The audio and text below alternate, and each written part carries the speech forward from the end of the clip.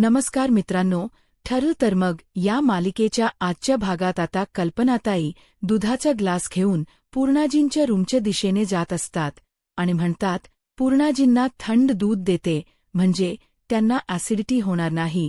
आता कल्पनाताई तिथून निघून जातातच. इथे सायली, अर्जुन चोर पावलाने किचन रूममध्ये येतात.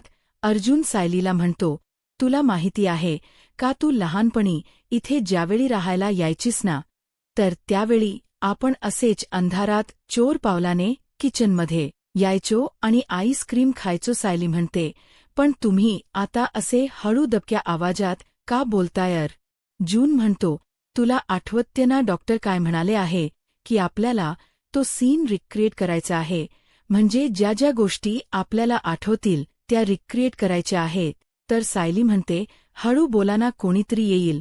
तर सायलीच हे वाक्य ऐकून अर्जुन मनाशीच म्हणतो, तन्वीसुद्धा अगदी असंच म्हणायची, कोणीतरी येईल. अर्जुन आता सायलीच हे वाक्य ऐकून अर्जुन शांतच होतो. अर्जुन मनाशीच म्हणतो, असं तर अगदी तन्वी म्हणायची. सायलीच तन्वी आहे याची मला तरी खात्री आहे, पण तिला आता या गोष्टीची खात्री पटण्यासाठी तिला आता मला सगळ्या गोष्टींची आठवण करून द्यावीच लागेल. सगळे सीन मला आता रिक्रिएट करावे लागतील असं म्हणत आता अर्जुन त्याच गोष्टीचा विचार करत असतो. तर सायली विचारते, काय झालंय, कसला विचार करताय? तर अर्जुन म्हणतो, नाही काही नाही असं म्हणत आता अर्जुन फ्रीजच्या दिशेने निघून जातो. आता अर्जुन हळुवारपणे फ्रीज उघडतो. तर त्यावेळेस सायली म्हणते, अर्जुन अरे लवकर कुणीतरी येईल. आता सायली पुन्हा एकदा तन्वीच ते वाक्य बोललेली असते. त्यावेळी अर्जुनच्या लक्षात येतं की सायलीला थोडफार का होई ना, पण तिचा भूतकाळ तिला आठवतोय. आता अर्जुन ज्यावेळी आईस्क्रीमचा डब्बा बाहेर घेतो त्यावेळी अर्जुन तन्वीला म्हणायचा, बाऊल घे ना. तर त्याच पद्धतीने अर्जुन आता सायलीला म्हणतो, बाऊल घे ना. तर सायली अर्जुनला म्हणते, बाऊल कशाला, आईस्क्रीम असंच खायचं, डब्यात आईस्क्रीम खायचीच मज्जा असते. तर त्यावेळी अर्जुनला आठवत की तो चमचे घ्यायचा आणि त्यानंतर सायलीच्या हाताला धरून म्हणजेच तन्वीच्या हाताला धरून ते किचन कट्ट्याकडे लपून बसायचे. तर आता अर्जुन चमचे घेतो आणि त्यानंतर सायलीचा हात पकडतो आणि किचनच्या कट्ट्याजवळ लपून बसतात. आता अर्जुन डबा उघडतात. सायली मोठा चमचाभर आईस्क्रीम आपल्यासाठी घेते आणि आईस्क्रीम खायला सुरुवात करते. अर्जुन मात्र सायलीकडे पाहतच असतो. सायली विचारते, काय झालंय? अर्जुन म्हणतो, काही नाही, तू खा आता. सायली ज्यावेळी आईस्क्रीम खायला सुरुवात करते त्यावेळी तिला लहानपणीची तन्वी आणि अर्जुन तिच्या डोळ्यासमोर दिसतात. आता अर्जुन पटापट आईस्क्रीम खात असतो. त्यावेळी सायली म्हणजेच तन्वी त्याला म्हणत असते, अर्जुन अरे हळू खा आईस्क्रीम, नाहीतर सर्व आईस्क्रीम तूच संपवून टाकशील. आता सायली तेच वाक्य बोलत म्हणते, अर्जुन अरे हळू खा आईस्क्रीम, नाहीतर तूच संपवशील. आता अर्जुन सायलीकडे पाहतो आणि म्हणतो, येस. सायली विचारते, काय झालंय?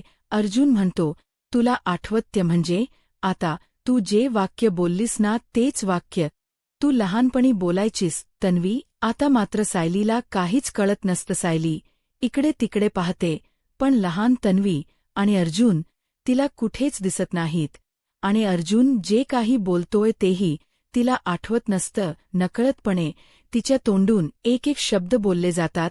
नकळतपणे त्या सगळ्या गोष्टींचा भास तिला होत असतो, परंतु तिला प्रत्यक्षात मात्र काहीच आठवत नसतं. तर दुसरीकडे आता महिप्त शिकरेच्या घरी आपल्याला पाहायला मिळतं. सचिन महिप्तशिक अभिनंदन करत म्हणतो, अभिनंदन अण्णा, अहो तुमचा आश्रम आता प्रत्यक्षात उभं राहणार. तर अण्णा म्हणू लागतात, ही सगळी काही वर्षाचीच कृपा आहे, त्याच्याच कृपा आशीर्वादाने हे सगळं काही घडतंय.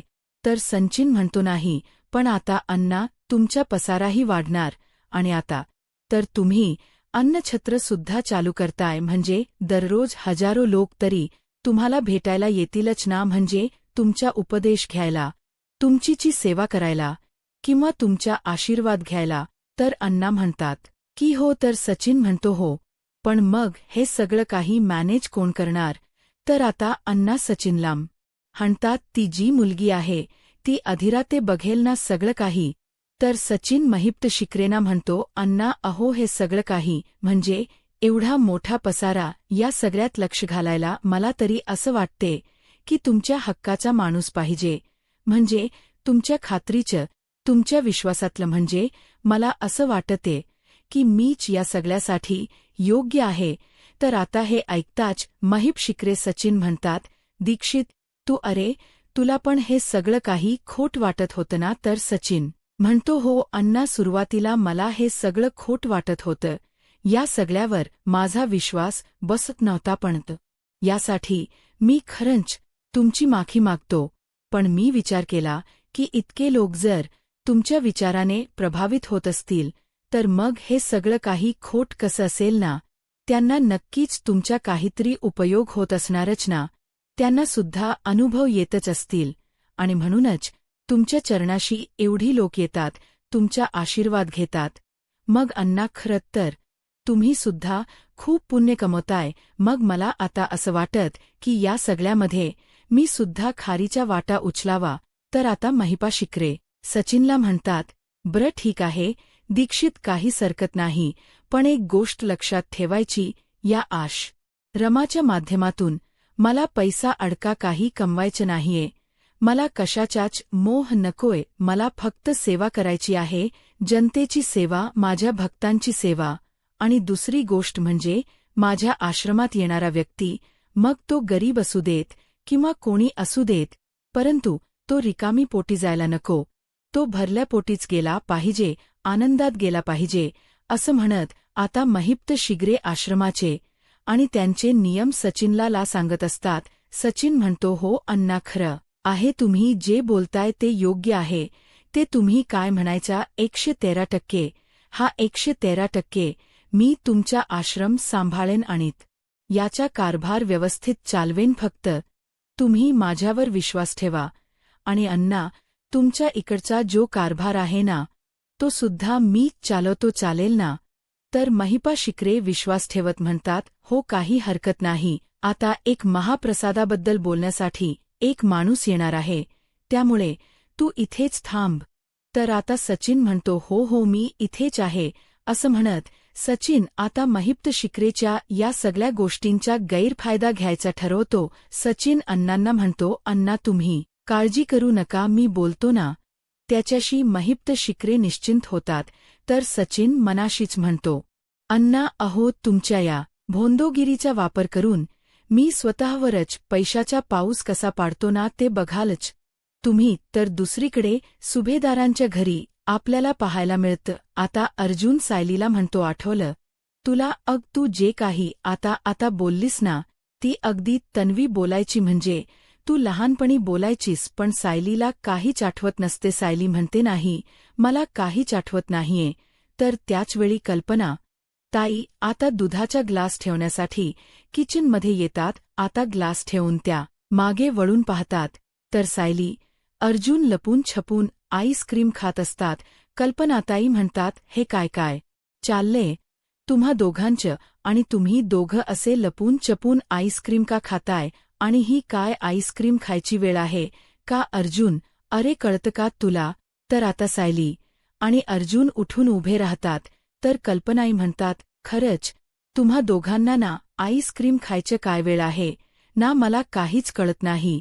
आणि हो एवढं मात्र नक्की की तुम्ही पूर्णाईंचे नातू आणि नाचून शोभता. काय काय चाललेय तुम्हा दोघांचं? पण मला एक सांगा, तुम्ही असे दोघे बसून असं चोरून आईस्क्रीम का खात होता? काय झालं नक्की? आता अर्जुन आणि सायरीला काय बोलावं काहीच कळत नाही. अर्जुन पटकन बोलतो, डोहाळे डोहाळे, माझ्या बायकोला असे लपून छपून खाली जमिनीवर बसून आईस्क्रीम खायचे डोहाळे लागले.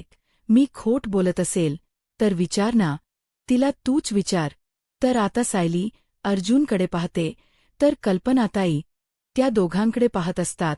तर कल्पनात ताईंना हसायला येत आणि म्हणतात, बायकोचे डोहाळे का? मग ते तर तुला पुरवायलाच हवेत. खा लपून आईस्क्रीम खा. असं म्हणत आता कल्पनाताई तिथून निघून जात असतात. अर्जुन आवाज देत म्हणतो, मम्मा गुड नाईट. कल्पनाताई म्हणतात, गुड नाईट आणि हो लवकर झोपायला जा, असं म्हणत कल्पनाताई झोपण्यासाठी त्यांच्या रूममध्ये निघून जातात. आता कल्पनाताई तिथून जाताच इथे अर्जुन आईस्क्रीम खात असतो. सायली त्याला चांगलाच थपाटा देते आणि म्हणू लागते, तुम्ही खोट का बोललात आईंशी, मला डोहाळे लागले म्हणून. अहो खोट बोलायची काय गरज होती. तर अर्जुन म्हणतो, हो का, मग ज्यावेळी तुला प्रियाला भेटायला जेलमध्ये जायचं होतं त्यावेळी सुद्धा तू असंच खोट बोलली होतीस ना, की आईस्क्रीमचे डोहाळे लागले वगैरे. मग मी सुद्धा तेच केलं. बरं ते जाऊ देत, पण मला एक सांग, तुला सगळं काही आठवतं ना. तर सायली म्हणते, मी जे काही तन्वी म्हणून नकळतपणे बोलून गेले ते असं सहजपणे बोलून गेले, पण मला असं काहीच आठवत नाहीये. मी नकळतपणे बोलून जाते, पण मला मात्र काहीच आठवत नसतं. अर्जुन म्हणतो, काही हरकत नाही, आपल्याकडे अशा अजून बऱ्याच गोष्टी आहे, बऱ्याच वस्तू आहे की ज्या आपल्याला अजून रिक्रिएट करायच्यात. चल, मी तुला अजून एक अशी जागा दाखवतो जिथे लहानपणी मी तुला लॉकेट दिलं होतं. आता सायलीला मात्र त्यातील काहीच आठवत नसतं. अर्जुन लगेच आईस्क्रीमचा डबा बंद करून ठेवतो आणि आता सायलीला अजून काही गोष्टी आठवाव्यात यासाठी काही गोष्टी रिक्रिएट करायच्या ठरवतो. तर दुसरीकडे अस्मिता रूममध्ये स्मितला खेळवत असते, तिला झोपवत असते आणि त्याचवेळी मोबाईलवर तिचं काम करत असते. स्मितला म्हणते, एक मिनिट बाळा, तुझ्या मम्माला हा ॲप्लिकेशन फॉर्म भरू देत, अरे व्यवस्थित वाचावं लागतं, असं म्हणत आता अस्मिता स्मितला सांभाळतच ॲप्लिकेशन फॉर्म भरत असते. आणि त्याचवेळी अश्विन तिच्या रूममध्ये येतो आणि पाहतो तर अस्मिताच्या हातामध्ये मोबाईल असतो आणि म्हणूनच अश्विन अस्मिताला म्हणतो, अस्मिताई, अगं स्मित अजून लहान आहे, एवढ्या लहान बाळाच्या जवळ तू मोबाईल घेतेस का? अगं ते बाळांच्या आरोग्यासाठी चांगलं नसतंस. मिता म्हणते, सॉरी, असं म्हणत अस्मिता तिचा मोबाईल बाजूला ठेवते. तर अश्विन म्हणू लागतो, अगं तू स्मितला झोपवतेस ना, मग तू त्याला झोपवत असताना मोबाईल का पाहतेस? आता मात्र अस्मिता शांतच होते. अस्मिता मनाशीच म्हणते, तुला कसं सांगू, जिथे जमेल, जसा वेळ मिळेल तसं मी जॉब ॲप्लिकेशन करत असते आणि हे काम थांबवून मला नाही चालणार. तर आता अश्विन अस्मिताला म्हणतो, मला माहीत आहे सोशल मीडिया स्क्रॉल करत होतीस ना, पण अस्मिताई नको करत जाऊस. असं तर अस्मिता म्हणते, बरं ठीक आहे, पण ते सोड, तुझं काही काम होतं का? तर अश्विन अस्मिताला म्हणतो, मला तुझ्याशी थोडं बोलायचं होतं अस्मिताई. तर अस्मिता विचारते, कशाबद्दल? तर अश्विन आता अस्मिताच्या बाजूला येऊन बसतो आणि आपल्या मोठ्या ताईला म्हणतो, अस्मिताई, अगं आपल्या आयुष्यातला भूतकाळ पटकन विसरण्याची जादू असेल तर सांग ना. अगं तुला ते पटकन जमले, पण मला नाही जमत, त्यामुळे तुझ्याकडे एखादी जादू असेल तर प्लीज मला सुद्धा सांग. जे तुला जमलंय ते मला का नाही जमत? तर अस्मिता म्हणू लागते, अश्विन, अरे मला जमलं, कारण जे काही माझ्या आयुष्यात घडून गेलं, जो काही माझा भूतकाळ होता, त्या सगळ्यामध्ये मी स्वतःला दोष नाही दिला. आणि अश्विन, तुझ्या बाबतीत म्हणजे तू स्वतःला त्रास करून घेतोयस, ते म्हणजे तुला सतत असं वाटते की जे काही घडलं ते तुला कसं कळलं नाही. प्रिया तुला नेहमीच मूर्ख बनवत राहिली, ते तुला फसवत राहिली आणि या सगळ्याच तू विचार करतोयस आणि तू स्वतःला दोष देतोयस. पण अश्विन म्हणतो, मग अस्मिताई, या सगळ्यात माझा दोष आहेच ना? तर अस्मिता अश्विनला समजावत म्हणते की अजिबातच नाही. अरे आपण आपल्या पार्टनरवर मनापासून प्रेम केलं, त्यांना समजून घेत गेलो आणि त्यांनी मात्र आपल्या प्रेमाला समजून घेतलं नाही. यात आपला काय दोष, आपली काय चूक? आणि अश्विन, आता जे काही घडलं ना ते विसरून जायचं, तो आपला भूतकाळ होता असं समजायचं आणि आपल्या भविष्याकडे पाहत आता पुढे जायचं, बस एवढाच मी विचार केला आहे. तर अश्विन अस्मिताला म्हणतो, अस्मिताई, तू जे बोलतेस ते मला पटते आणि मी पुढे जाण्याचा विचारही करतोय, प्रयत्नही करतोय, पण मला ते जमत नाहीये, कारण काही केल्या माझ्या डोक्यातून प्रियाचे विचार जातच नाहीयेत, तिचं वागणं हे माझ्या डोक्यातून जातच नाहीये, सतत त्या गोष्टी मला सतावत्य. तर अस्मिता अश्विनला म्हणू लागते, तुझ्या मनात सतत प्रियाचे विचार येतायत कारण तिच्या बाबतीत एक महत्वाची गोष्ट तू आम्हा सगळ्यांपासून लपवली होतीस आणि म्हणूनच ते विचार तुला सतावतायत अश्विन. अरे, प्रिया प्रेग्नेंट होती. ही गोष्ट तू आम्हाला का नाही सांगितलीस? तर अश्विन म्हणू लागतो, अस्मी ताई, मला कोणतेही कॉम्प्लिकेशन नको होते, कोणालाही ड्रेसमध्ये टाकायचं नव्हतं, मला तुला आणि मम्माला वीक पडताना पाहायचं नव्हतं. तुम्हाला जर ही बातमी तेव्हा मी सांगितली असती आणि तुम्ही जर वीक पडला असता आणि तुम्हाला तो त्रास झाला असता. म्हणतो, हो पण अण्णा, तुम्ही हे असं काही करून घेऊ नका. तुम्ही स्वतःला त्रास ठेवून घेऊ नका कारण तुम्हाला होणारा त्रास मला पाहावत नाही. त्यामुळे प्लीज अण्णा, तुम्ही स्वतःला त्रास नका करून घेऊ. असं म्हणत सचिन आता तिथून निघून जातो. परंतु महिप्त शिखरे स्वतः पुन्हा एकदा स्वतःलाच बेल्टने मारत स्वतःलाच शिक्षा देत असतात. आणि दुसरीकडे मात्र सचिनची पावलं आता तिजोरीपर्यंत पोहोचलेली असतात.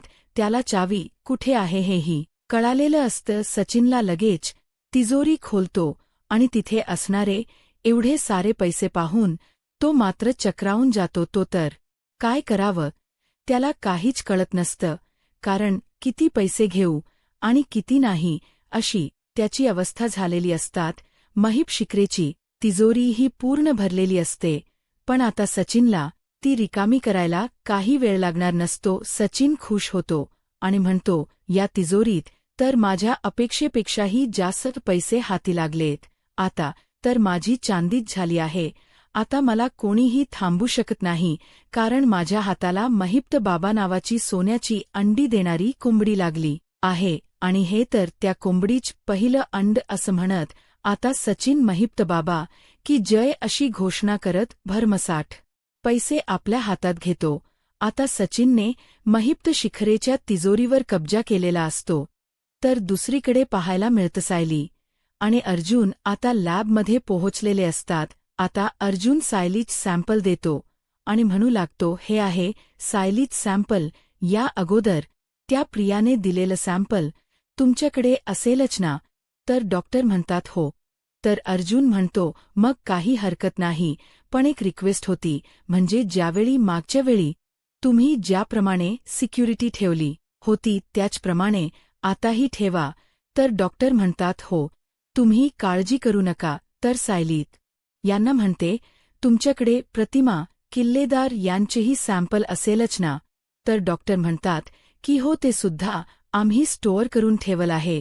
तर सायली त्यांना म्हणते, या सगळ्याचे DNA रिपोर्ट आम्हाला कधीपर्यंत मिळतील? तर डॉक्टर म्हणतात, 1-2 दिवसात नक्कीच मिळतील. अर्जुन म्हणतो, काही हरकत नाही. डॉक्टर म्हणतात, आलोच मी. असं म्हणत डॉक्टर आणि त्यांचे असिस्टंट तिथून निघून जातात. इथे अर्जुन सायलीला म्हणतो, तू तन्वी आहेस याचा सायंटिफिक पुरावा आपल्याला लवकरच मिळणार आहे. आता सगळ्या जगाला कळणार आहे की तू सायली म्हणजेच खरी तन्वी आहेस. तुझी खरी ओळख तुला मिळणार आहे. तर सायली खुश होते आणि अर्जुनला म्हणते, हो, माझी ओळख आणि माझं कुटुंबसुद्धा दुसरीकडे आपल्याला पाहायला मिळतं की किल्लेदारांच्या घरी प्रतिमा आत्या सायली अर्जुनची वाट पाहत असतात. प्रतिमा आत्या सुमन काकूंना म्हणतात, सायली, अर्जुन एवढ्यात यायला हवे होते ना? तर सुमन काकू म्हणतात, हो ना, 4 दिवसासाठी आलेली माहेर वशीन, परंतु 2 मिनिट का घराच्या बाहेर गेली तरी आपल्याला करमत नाही. तर त्याच वेळी त्या ठिकाणी आता राकेश येतो आणि आवाज देत म्हणतो, आई चल, मला खूप भूक लागली, खायला काहीतरी दे. तर सुमन काकू म्हणतात, हो, अरे देतेच. आणि सायली अर्जुन येतच असतील मग एकत्रच सगळ्यांनी खायला घ्या. आता मात्र राकेश मनातून खूप चिडलेला असतो. राकेश मनाशीच म्हणतो, सायली, अर्जुनला इतकं महत्त्व म्हणजे ते आल्यानंतर मला खायला मिळणार आहे. हे घर नक्की माझं आहे की त्यांचं आहे? आणि त्याच वेळी सायली अर्जुन येतात. सायली अर्जुन आलेले पाहून इथे सुमन काकू आणि प्रतिमा आत्या खूप खुश होतात. प्रतिमा आत्या म्हणतात, या बसाना. तर त्यावेळी प्रतिमा आत्या सायली अर्जुनला म्हणतात, किती उशीर केलात, मी कधीपासून वाट बघतेय. तर आता प्रतिमा आत्यांना अर्जुन म्हणतो नाही एक काम होतं आणि त्यामुळेच थोड यायला उशीर झाला ते आधी काम संपवलं आणि त्यानंतरच आम्ही इथे आलोत. तर आता राकेश अर्जुन आणि सायलीला म्हणतो नाही म्हणजे यायला तुम्ही खूपच उशीर केलात म्हणजे तुम्ही येईपर्यंत या दोघी तुम्हा दोघांची किती वाट पाहत होते ना ते मी पाहिले. खरं तर तुम्ही येईपर्यंत या दोघींनी मला सुद्धा उपाशी ठेवलं आहे. राकेश चिडलेला असतो आणि हे त्याच्या चेहऱ्यावरून दिसून येत असतं. तर सुमन काकू म्हणतात काही राकेश. तर राकेश लगेच रिलॅक्स होण्याचं नाटक करतो आणि म्हणतो अग आई गंमत केली. तर प्रतिमा त्या सायली अर्जुनला आता नाश्त्यासाठी बसवतात आणि म्हणतात सायली आज तुझ्या आवडीचा ब्रेकफास्ट बनवला आहे तुला आवडतात ते भाजणीचे थालीपीठ बनवलेत सायली. तर खूप खुश होते. तर अर्जुन प्रतिमा आत्यांना म्हणतो खरंच तर या वासानेच मला अजून भूक लागली आहे माझी भूक वाढली आहे. तर राकेश नकळतच पटकन म्हणतो पण माझी भूक मात्र मेली ना. आता राकेश सुमन काकूंना म्हणतो आई प्रतिमा काकूला माहीत नाही की मला थालीपीठ आवडत नाही पण तुला तर माहीत असेल ना की मला थालीपीठ आवडत नाही. ते तर सुमन काकू म्हणतात अरे हो तुझ याही आवडीच बनवलं जाईलच पण आता सायलीची काळजी घेणं जास्त गरजेचं आहे ना. पण मी तुला कॉम्प्लेक्स देऊ का तसंही तुला तेच आवडतं. तर राकेश म्हणतो आई ऐक ना 2 वर्ष यूएसमध्ये तेच खाऊन आयुष्य काढलंय पण म्हटलं होतं की भारतात आल्यानंतर आईच्या हातच काहीतरी चांगलं खाव पण इथे आल्यावर सुद्धा तेच. आता मात्र सायली अर्जुनला थोड वाईट वाटतं. प्रतिमा आत्या राकेशला म्हणतात राकेश बाळा तुला काय आवडतं ते मला सांग. तर राकेश म्हणतो काकू अग नको आई बोलते ते अगदी बरोबर आहे. सध्या सायलीच्या आवडीनिवडी जपणं खूप महत्वाचं आहे असं म्हणत राकेश हसून दाखवत असतो. परंतु सुमन काकूंनी आपल्या मुलाला अगदी बरोबर ओळखलेलं असतं. येणाऱ्या पुढील भागामध्ये आपल्याला पाहायला मिळतं की आता सायली आणि अर्जुन ड्रॉइंग करत असतात. त्यावेळी अर्जुन विचारतो इले सर. तर त्याचवेळी सायलीला लहानपणीची तन्वी आणि अर्जुन पुन्हा एकदा समोर दिसतात. तर त्यावेळी अर्जुनच्या हाती इलेजर सायली देते. अर्जुन विचारतो आठवलं ना तुला सगळं. परंतु सायलीला काहीच आठवत नसतं. तर आता सायली अर्जुनला म्हणते ज्याप्रमाणे आपण प्रतिमा हत्यांना ठरवून महिप्त शिकरीच्या समोर घेऊन गेलो होतो त्याच्याप रमाने हा ॲक्सिडेंट रिक्रिएट केला. तर आता मात्र अर्जुन चिडतो आणि म्हणू लागतो तू वेडी आहेस का या सगळ्यामध्ये तुमचा जीव गेला होता आठवते ना तुला. सायली म्हणते पण आता मी आणि बाळ सुखरूप आहोत परंतु मला माझ्या अस्तित्वाची जाणीव हवी आहे. मला माझं खरं अस्तित्व जाणून घ्यायचं आहे. मला माझी खरी ओळख द्या ना असं म्हणत सायली रडतच अर्जुनकडे रिक्वेस्ट करत असते. आता अर्जुन सायलीचा हट्ट पूर्ण करेल का आणि सायलीला तिचा भूतकाळ आठवेल का आता पुढे काय होईल हे पाहायला आत्ताच माझा महाराष्ट्र या यूट्यूब चॅनलला सबस्क्राईब करा. धन्यवाद.